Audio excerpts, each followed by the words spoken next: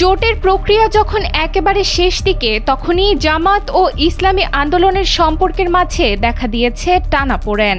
10 দলীয় জোট ঘোষণার পর ভেতরে জমতে থাকা ক্ষোভ আর সন্দেহ আড়ালে থাকছে না।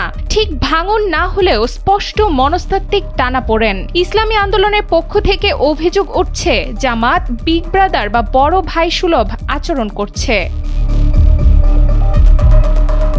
জোটের ভেতরের একাধিক সূত্র বলছে, চূড়ান্ত মুহূর্তে সিদ্ধান্ত গ্রহণে জামাতের একক আধিপত্য অনেককেই হতবাক করেছে। বিশেষ করে নতুন দল যুক্ত করা থেকে শুরু করে আসন বন্টন, সব জায়গাতেই জামাতের একতরফা ভঙ্গি ক্ষুব্ধ করেছে ইসলামী আন্দোলনের নেতাদের।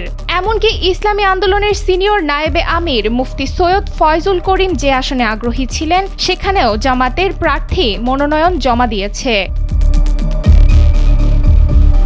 যদিও ইসলামী আন্দোলনের মহাসচিব ইউনুস আহমদ প্রকাশ্যে অভিযোগ না তুলে জোট রক্ষা ও সমঝোতার পক্ষে বক্তব্য দিয়েছেন। তার ভাষায়, জোট টিকিয়ে রাখতে হলে সবাইকে আন্তরিক হতে হবে। সেই জায়গা থেকে এখনো সময় আছে মনোমালিন্য দূর করার।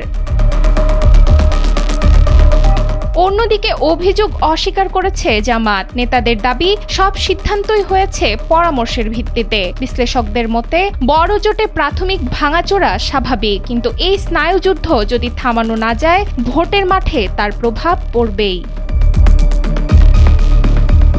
নুসরাত তালবিয়া, সময়ের আলো।